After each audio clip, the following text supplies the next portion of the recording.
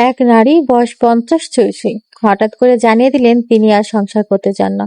তিনি চুপচাপ নিজের মতো বাঁচতে চান, সব সম্পর্কে থেকে নিঃশর্ত মুক্তি চান।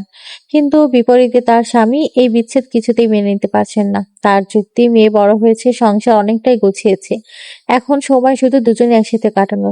তবু তার নিজের মতো করে বাঁচতে চাওয়ার সিদ্ধান্তে অটল। শঙ্খ, নীল আর অনুপমা এই দম্পতির গল্প অনেকেই জানে। সমাজে তারা সুখী দম্পতির উদাহরণ হিসেবে পরিচিত। 25টি বছর সংসার, একটি মেয়ে, সব মিলে বাইরের চোখে নিখুঁত পরিবার। অথচ আজ অনুপমা দাঁড়িয়েছে বিচ্ছেদের জন্য কোর্টের রায় চেয়ে। বিচারক প্রশ্ন করেন, আপনি আর স্বামী কি অন্য কোনো সম্পর্কে জড়িত? অনুপমা হাসি মিশ্রিত উত্তর, আজও ওর জীবনে আমি একমাত্র ছাড়া কেউ নেই। আমি ওর সবচেয়ে প্রিয়। তাহলে কেন এই নির্যাতন? গায়ে হাত তোলেন? না, ওরকম কিছুই না। আমি নিজেও আয় করি, একজন কর্মজীবী নারী। আমার উপর অত্যাচার করার সাহস হয়তো তার হবে না, বললেন অনুপমা। তাহলে কেন? বিচারকের এই প্রশ্নে জমে থাকা এক নদীর জল একসাথে বয়ে গেল। আজকের ভালোটা দেখেই আপনি বিচার করছেন মহাশয়? কিন্তু কেউ দেখেছে গত 25 বছরের ক্লান্তি? প্রতিটা দিনের অপমান, অভিমান, প্রতিটা রাতে চুপচাপ কাঁদা। আমার স্বামী একজন ভালো মানুষ, ভালো বাবা, ভালো অফিসার, কিন্তু ভালো প্রেমিক নয়। না, সে কোনোদিন হতে পেরেছে। আমরা প্রেম করে বিয়ে করেছিলাম। বিশ্বাস ছিল এই সম্পর্কটা হবে বন্ধুত্বে, ভালোবাসার যত্নে মোড়া। কিন্তু বিয়ের পর থেকে প্রেমিকা হারিয়ে গেল। বউ হওয়ার মানে রান্না শেখা, কাজের ভার নেওয়া, শাশুড়ির অপমান সহ্য করা, এসব যেন স্বাভাবিক হয়ে গেল।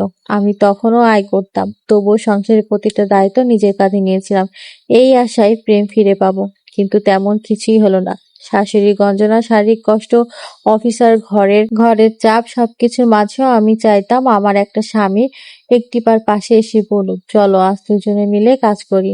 কিন্তু সে চুপ থেকেছে। সন্তান হওয়ার পর শরীরে কিছু বদল এলো, চোখের ঘুমের অভাব, কালি, গায়ে ক্লান্তি। তখন আমি বুঝলাম তার দৃষ্টিতে আমি কেমন যেন অচেনা।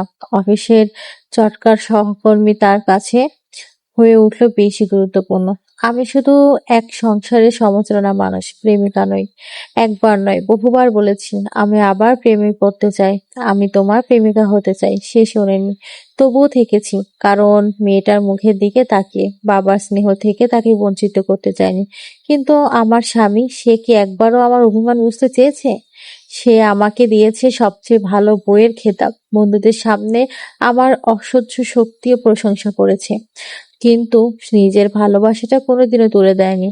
আমি তার একটিবার পাশে থাকতেও পাইনি, একটিবার জিজ্ঞেস করেও পাইনি তুমি কেমন আছো। সে নিজের মতো জীবনের স্বাদ নিয়েছে, বন্ধুদের সাথে ঘোরা, রাত জেগে আড্ডা, নিজের সময়কে নিজের মতো কাটানোর। কিন্তু আমার সময়? আমি 25 বছর সংসার করেছি, 23 বছর মায়ের দায়িত্ব পালন করেছি, নিজের জীবনকে ফুরিয়ে দিয়েছি যেন বিনিময়ে আমি পেয়েছি শূন্যতা।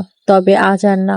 আজ আমি শুধু একজন বউ হয়ে বাঁচতে চাই না, আমি আমার মতো বাঁচতে চাই। আমি সকালে সূর্য দেখার সময় চাই, রাতে ডায়েরি পাতায় নিজের অনুভূতিগুলো লেখার সময় চাই। আমি চাই ভোরে উঠে কারোর জন্য চা না বানাতে গিয়ে চুপচাপ ঘুমে কেটে যাক আমার সময়টা। আমি একটু সুখ চাই, আমি নিজের মতো করে একটু শান্তি চাই, যেটা কেউ কখনো বুঝতে চায়নি। এইটুকুই ভালোবাসা চাই নিজের জন্য। আমি কি বেশি কিছু চেয়েছি? তাই আমি নিজেকে মুক্ত করতে চাই সম্পর্কের মেয়েটি দায় থেকে, জীবনের প্রতি নতুন ভালোবাসার খোঁজে। অনুপমার কথাগুলো শুনে পুরো আদালত স্তব্ধ। এমন সৎ এবং গভীর হৃদয় ভরা কথা শুনে কিছুই বলার থাকে না কারোরই। বিচারকের চোখেও যেন জল। এ দাবি কি শুধু অনুপমার একার, নাকি এই গল্পটা পুরো পৃথিবীর অনেক অনুপমার? কারোর জানা নেই। তবে এইটুকু বোঝা যায়, জীবনের প্রতিটি সম্পর্কের হৃদয় ছুঁয়ে যাওয়া ভালোবাসা না থাকলেও তা শুধু দায়িত্বই পড়ে থাকে। এভাবেই হাজারো নারীর আত্মা চুপি চুপি কাঁদে।